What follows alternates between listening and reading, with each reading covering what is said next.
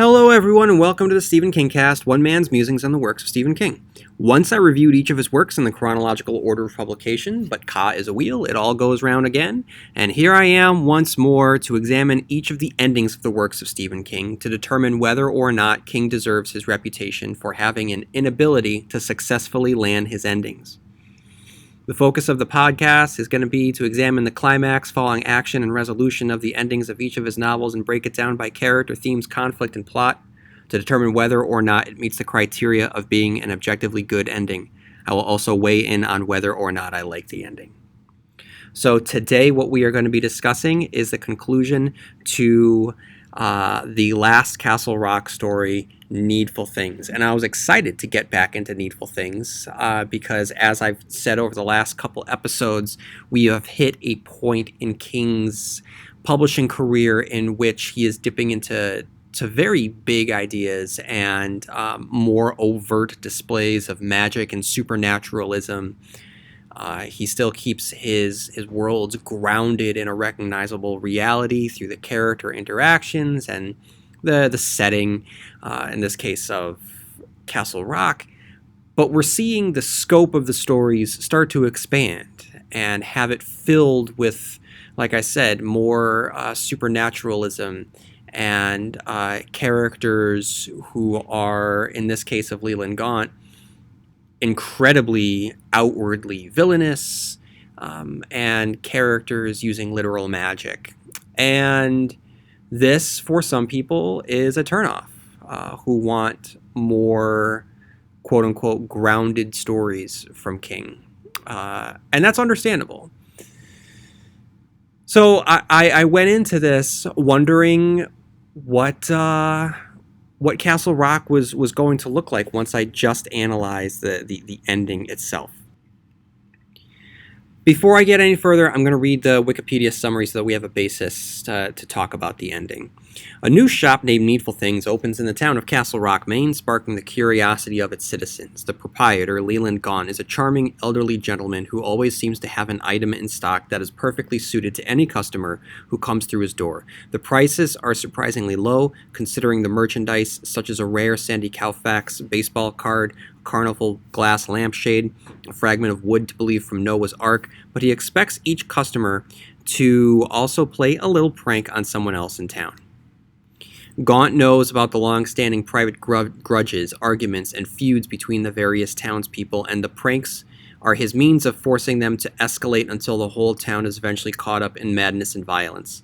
Sheriff Alan Pangborn becomes wary of Gaunt as soon as the shop opens. However, Alan's lover, Polly Chalmers, dismisses his suspicions and buys an ancient charm that relieves the arthritis pain in her hands. Tensions rapidly grow after Nettie Cobb, Polly's housekeeper, and her enemy Wilma Jerzyk kill each other in a confrontation sparked by pranks played on them by local boy Brian Rusk and alcoholic Hugh Priest. Many other rivalries begin to fester, spurred by the personal motives and secrets of the people involved. Gaunt eventually hires petty criminal John Ace Merrill as his assistant, providing him with high-quality cocaine and hinting at buried treasure that could relieve the debt he owes to a pair of drug dealers. Ace's first assignment is to retrieve crates of pistols, ammunition, and blasting caps from a garage in Boston. Gaunt soon begins to sell the pistols to his customers so they can protect their property. For centuries, Gaunt has tricked unsuspecting people into buying worthless junk that appears to be whatever they treasure most. They become so paranoid about keeping their items safe that they eagerly buy up weapons that he inevitably offers to trade away their souls.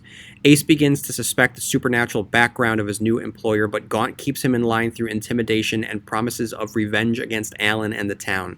Soon, several cases of violence happen simultaneously. Gym coach Lester Pratt attacks Deputy John LaPointe and is killed in self-defense. Priest and bar owner Harry Beaufort kill each other in a shootout. Brian commits suicide over his guilt for his role in Wilma and Nettie's death, and town selectman Danforth Buster Keaton attacks Deputy Norris Ridgwick there before escaping to his home and killing his wife Myrtle with a hammer. With the violence in Castle Rock rapidly escalating, Ace and Buster plant dynamite all over town, using the caps Ace brought back. Alan sets out to kill Ace, wrongly believing him to be responsible for a car accident that killed his wife and son. Polly realizes the evil of the charm she brought and destroys it. Norris attempts suicide, realizing this is a prank on Priest led to the fatal shootout, but decides against it and goes to the police station to help. As the bomb explodes, Buster is wounded by Norris and is pulled out of his misery by Ace. Put out of his misery by Ace. Taking Polly hostage, Ace demands that Alan hand over a hoard of cash he allegedly stole from one of the sites Ace dug up. Norris kills Ace, leaving Alan to face off against Gaunt. Using sleight of hand and magic novelties that suddenly come to life, Alan forces Gaunt back and grabs his valise, which contains the souls of his customers. Gaunt flees the scene, his car turning to a horse-drawn wagon, and the survivors are left to ponder an uncertain future. The novel ends as it begins, with a first-person narrative indicating that a new and mysterious shop called Answered Prayers is about to open in a small Iowa town, an ominous implication that Gaunt is ready to begin his business cycle all over again. You know what I'm going to do right now that I haven't done yet in this podcast? This week for Needful Things, you know what I wound up doing? I actually listened to my review that I had given back in the day of Needful Things. From a personal standpoint, it was actually a really cool form of time travel doing that. I could hear certain noises in the background of my old house. I could hear my refrigerator that I had behind my bar in my basement, kick in, and just really brought me back. So that was pretty cool. But what I've wound up doing, I've cut out a section of that podcast that I did. I'm going to put it here next, where long ago version of me talking about Needful Things talks about the ending, and I'm taking that out and I'm putting in here for this podcast, just to go into a little bit more detail. So let's talk about the ending. If you don't like it, I guess I get it, but at the end of the day, how are you going to defeat Gaunt? Bullets? I just don't see that working. Magic items prophesized in some ancient scroll, I mean, that wasn't built into the story. The one thing that had been built into the story was magic. For 2 novels now, The Dark Half and now this, we've identified Alan Pangborn with magic. Sleight of hand, illusions, parlor tricks, shadow puppetry. It's been built into the character from day one. So really, was it a surprise when Pangborn uses this magic to defeat the villain, a character also defined by his own brand of magic? Some people criticize the ending. Personally, I love it. The man uses shadow puppets to defeat the villain. I'm sorry, look, it's so crazy, I love it.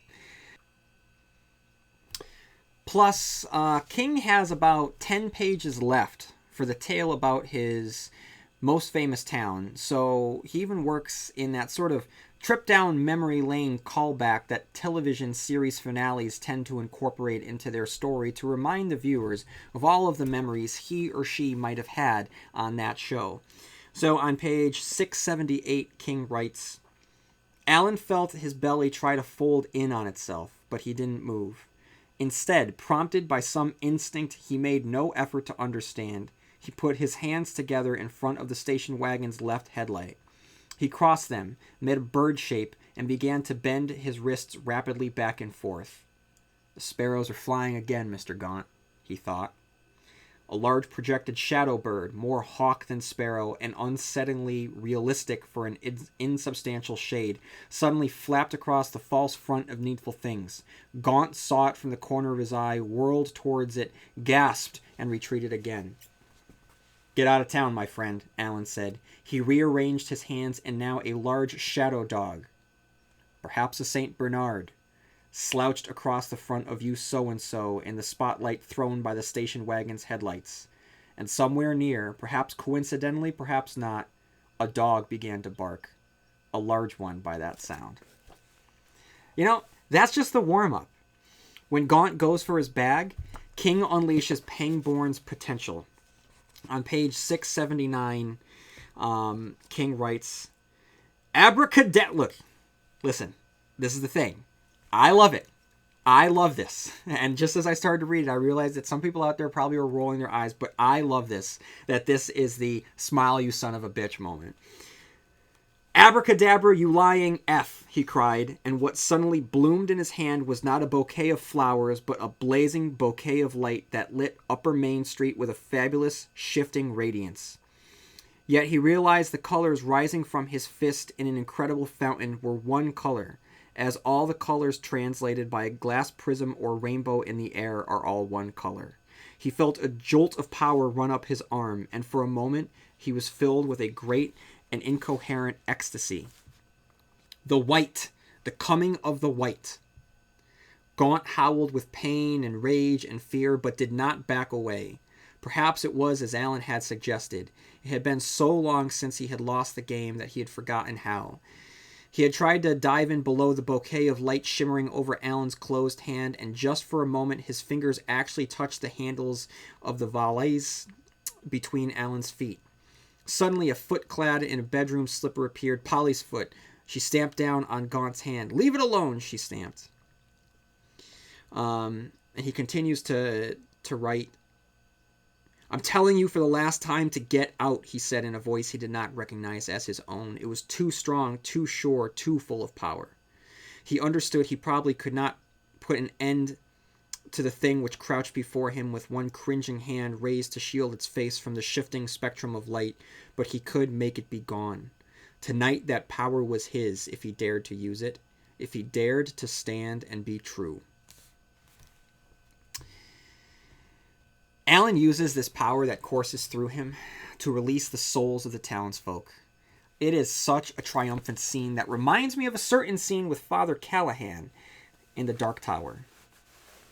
He beats back Gaunt, who transforms into his true form, an elf-like creature who rides away into the night sky while our heroes roll out of Castle Rock, which we then place in our rearview mirror forever. But there's an epilogue with our narrator again, the one who opened the novel, or one just like him, I suppose.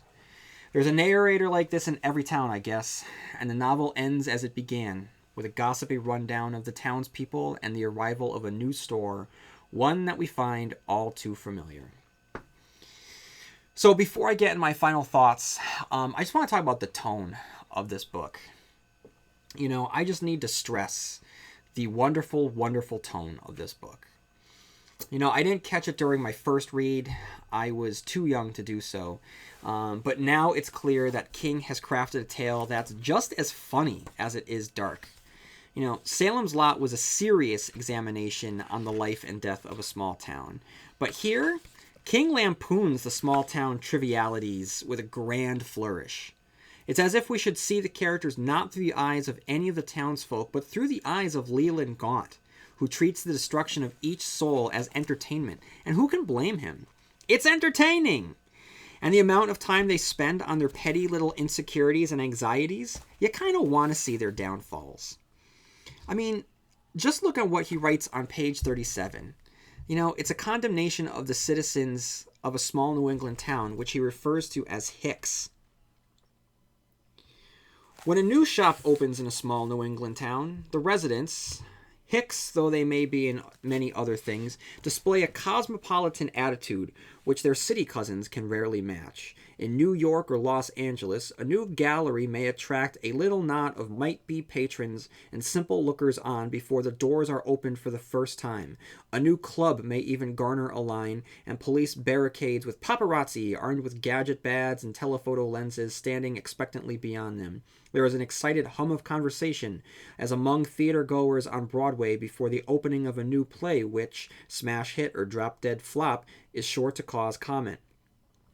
When a new shop opens in a small New England town, there is rarely a crowd before the doors open and never a line. When the shades are drawn up, the doors unlocked, and the new concern declared open for business, customers come and go in a trickle, which would undoubtedly strike an outsider as pathetic, and probably as an ill omen for the shopkeeper's future prosperity.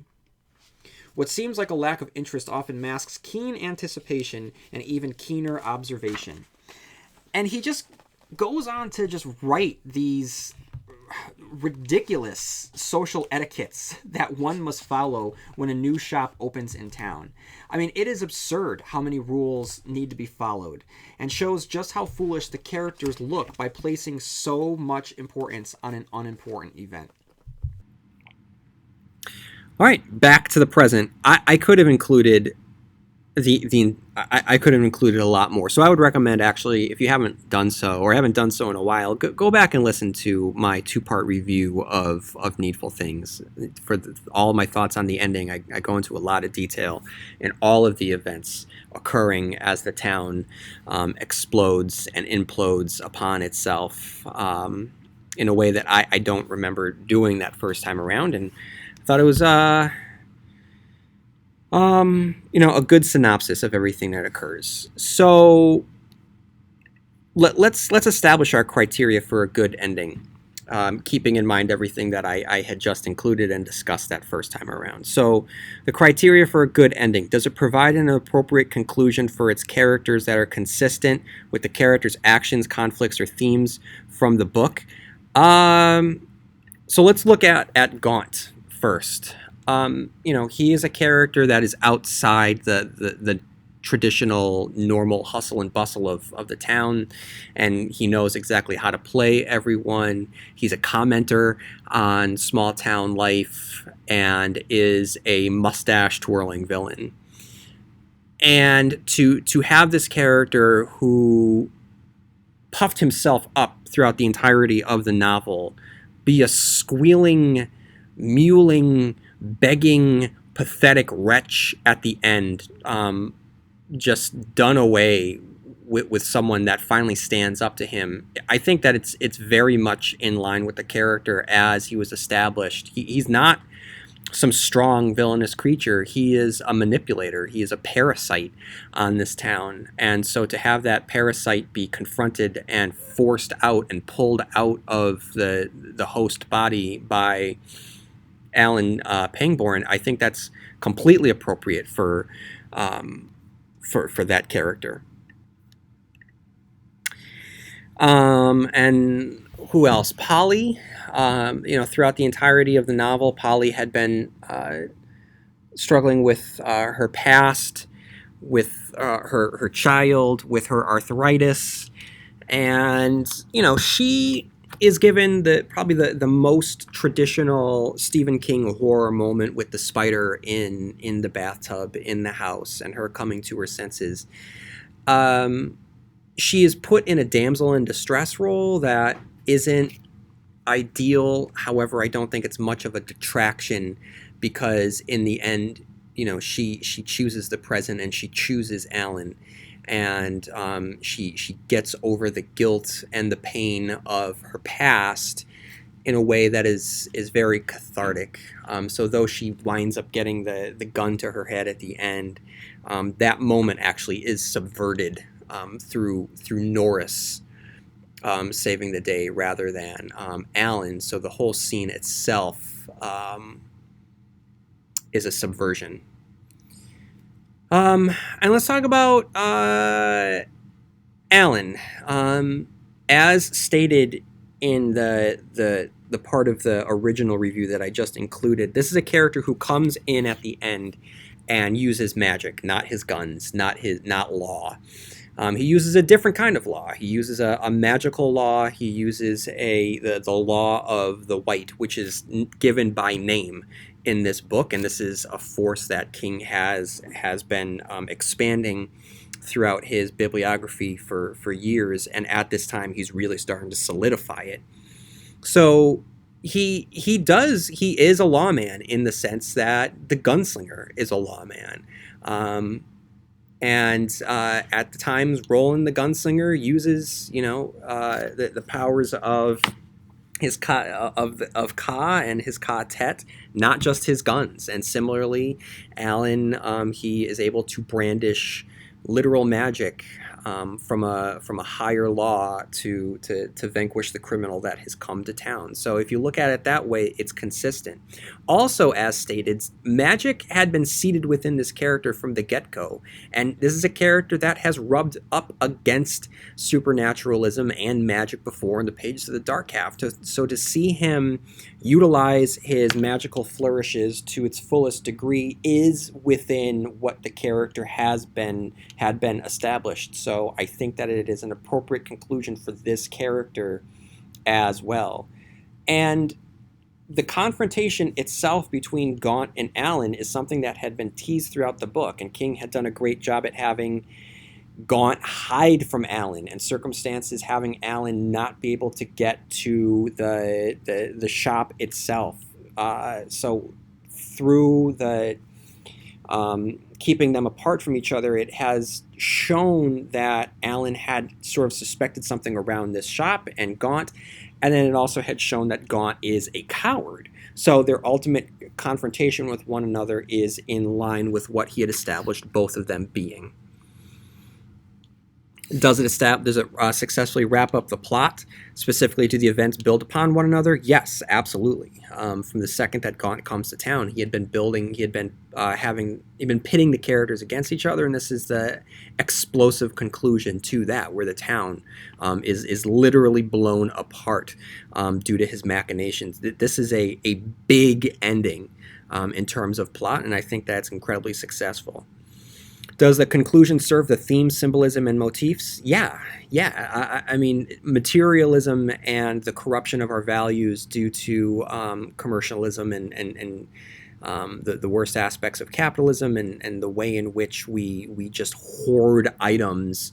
It shows what happens to this town, and the fact that they're just useless pieces of junk is fully on display through the reveal that the shop owner is a charlatan. He's a huckster. He's a used car salesman. For King, one thing that King really likes to do is to play with the concept of the man behind the curtain. So spoiler alert for it, spoiler alert for all of the Dark Tower. Let's start with it. This is a character that had it specifically is a character that had been presented as being this all-powerful symbol of evil, right? But in the end, the creature wound up becoming what many of King's characters wind up becoming, his villains. They're weak, they're pathetic, they beg for their lives. I think most similarly to this is the finale for the Randall Flagg, Walter Paddock character, who meets his demise in the pages of the Dark Tower. And many of us, myself included, at the time, I was so disappointed because he was not given some grand send-off. But it was an ending that I now really rally behind and defend. It is a perfect conclusion to this character who is so boastful, and just, he doesn't deserve it. And it's to have your character like Gaunt, who loomed so large, be taken out, and to have him just crying and whining and trying to get his bag back and trying to make deals at the very end, and not, he doesn't have a big boastful monologue. He's not cackling with glee and holding it over, his heroes' heads. He doesn't have that kind of power, and I think that showing him to be the man behind the curtain is an appropriate conclusion for the themes that not everything isn't exactly what they seem. So yes, I would say that the conclusion does serve the theme, the symbolism, and the motifs. What is the most famous scene in the novel? Does it appear in the conclusion of the story? Again, I just want to note that if the answer is that the most famous scene does not appear in the conclusion of the story, it doesn't mean that it's a knock against the book. I would say that the most famous scene in the novel is the Nettie Wilma bloodbath brawl, probably, and does not appear in the conclusion. But it is what it is. Are there other factors that we need to consider? Yeah, the tone, which I discussed in the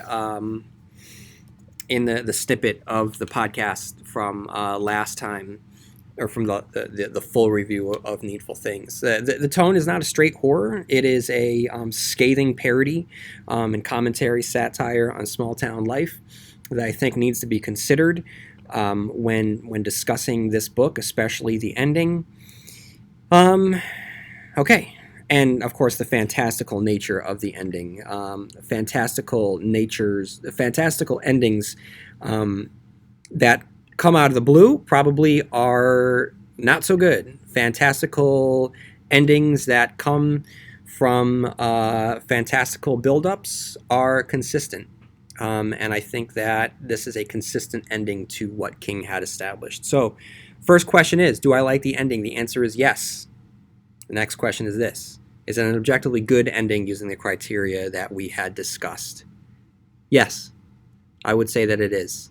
Light show magic displays and shadow puppetry. Nevertheless, I think that because of this and because of what I had discussed here, I think that it actually is a good ending for this book. Which brings it to me liking 20 out of 20 endings, and 18 out of 20 endings so far are good. I want your thoughts. I want you to write into stephenkingcast@yahoo.com to tell me if I'm wrong, telling me if I missed the mark, telling me what you think about the endings of the book so far, especially Needful Things. All right, everyone, that's all that I got this week. May you have long days and pleasant nights, and I'll see you here next week, where MOON spells Stephen King Cast.